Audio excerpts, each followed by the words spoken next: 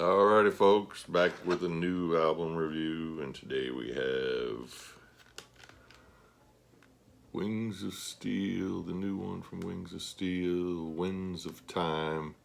This is their second album, second full-length album. They released an EP in 2022. Then they released their debut, Gates of Twilight, in 2023. Then they released a live album called Live in France in 2024, and now we get Winds of Time here in 2025. So they're busy little bees. Let's back out there. So yeah, these guys are playing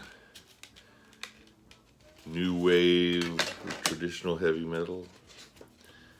It wasn't kind of obvious by the name of the band.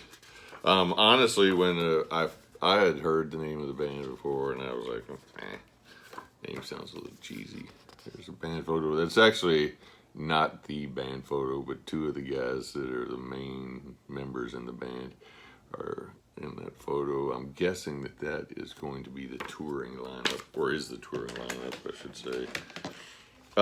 Yeah, so I didn't really care for the name. I thought it was a little cheesy. Didn't plan on listening to them. And then I'm pretty sure it was Sea of Tranquility on their new wave of traditional heavy metal primer.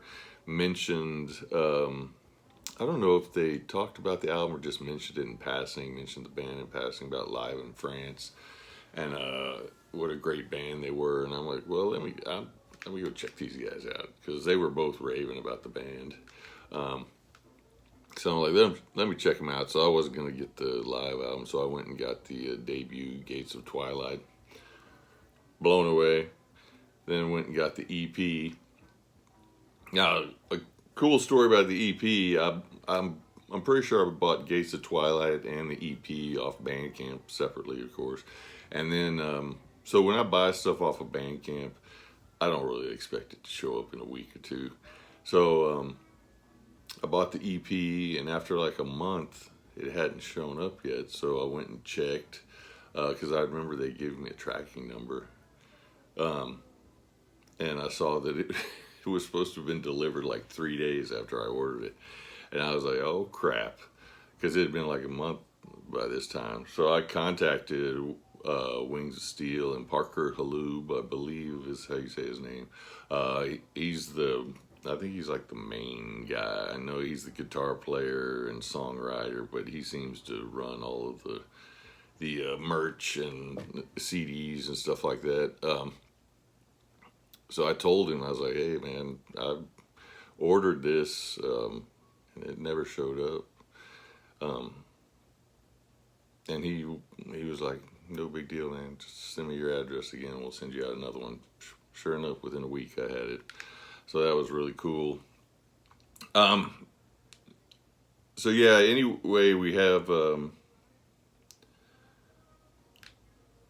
man, I deleted the names of the two band members, because I'd copied and pasted them and they didn't come up very well. So Parker Halub, yeah, he's a guitarist, founding member, and then Leo Unnermark, on vocals, also founding member. He's originally from Sweden, but the band is out of LA.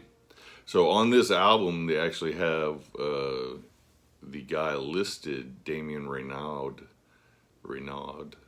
as a member of the band, which they haven't listed a drummer. They always list Leo as the vocals, Parker on guitars and bass, and then the drummers in the credits, but not listed as a band member. Here, Damien's actually listed as the drummer, but then when you get to the band shot on the back, Marcel Bender is the drummer. So, and I'm guessing that's going to be the touring lineup. And then it also has a Stephen Baylett on rhythm guitar and Matthew Trobeck on bass. And now those guys were on the live album and during that band picture that I showed. So I imagine that's going to be the touring lineup. They're coming to Dallas next year. I'm drawing a blank of what month it is. February, March, somewhere in there. They're with Sabaton. Not the biggest fan of Sabaton, but I mean they're all right. The Pop Evil, which I know nothing about, and then Wings of Steel is the opener. But I'm probably going to end up going that just to see Wings of Steel. So you kick off with the title track here, upbeat, driving, in your face riff, in your face drumming. Then by the time you get to the second verse, there's some really serious crunch going on. There's kind of this Middle Eastern feel in the background of the song. Molten guitar solo, serious drumming, and then all of a sudden it just slams on the brakes, and Leo gets to stretch his pipes, and he has some different influences in his voice, but most of the time I would say that he sounds like Queensryche EP era Jeff Tate mixed with Rob Halford singing in his highest register. I know that's high praise, but this dude has got some pipes on him. So yeah, it comes out of that break and then slowly builds into another punishing guitar solo, another accompanied by a driving drum beat.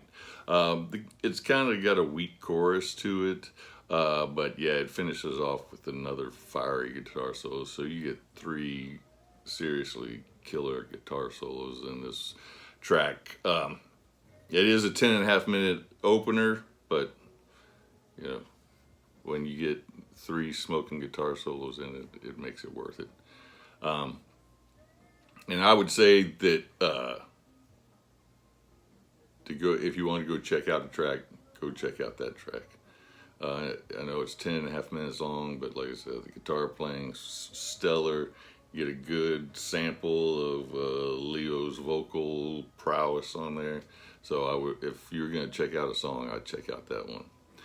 Saints and Sinners is your next track. Borderline speed metal on this one. Leo flexing his vocals again, and here you're starting to pick up little hints of like Jason McMaster and Joey Tempest. Another blistering solo from Halub. That's going to be a reoccurring theme throughout this. I'm going to sound repetitive, but it is what it is. The next track, Crying, finds the pace kind of slowing down. Sounds like they're trying to do a modern take on a 80s power ballad. So you know that means you're going to have the mandatory epic guitar solo. Closes with some cool guitar harmonies and soloing, and then Leo, of course, is peeling the paint off the walls with his singing at the end of that track. Burning Sands is your next one. This we quicken the pace again. Double time on the drumming, smoking guitar solos throughout the verses. A slowed down chorus kind of pulls you out of the momentum, but it's still. And this song again has some more of that Middle Eastern feel flowing through the background of the song. Leo does kill it in the breakdown with some ear-piercing vocals, and then you get some ungodly lightning fast guitar playing from Parker. Your next track's called "To Die in Holy War." It intentionally or not, it begins with some Megadeth-inspired riffs and drums before switching into this U.S. power metal steamroller of a track. Leo's back to harnessing his Tate Halford voice, and the guitar solo in this one is definitely channeling Yngwie, part Yngwie and part Marty Friedman in it. Light Squatch, your next track, Punishing Plotter, another flaming guitar solo. And I don't say this lightly, Parker Halub manages to blend Yngwie, Marty Friedman, Randy, Schenker, and Blackmore. He doesn't ever sound like he's copying any of them. You can pull bits and pieces out of his solos and go, oh, yeah, I can hear where he got that from. But he's a seriously strong guitar player. And he obviously has spent time studying all those guys that I just mentioned. He's easily one of the best guitar players around. We Rise is your next track. Here, Leo is channeling his Island of Domination era Halford before the Jeff Tate scream comes searing in. Fairly mid-paced track with the 80s style chorus. And then your closer is Flight of the Eagle. You get a masterful 2-minute guitar intro on this one. Leo's still doing his Island of Domination voice.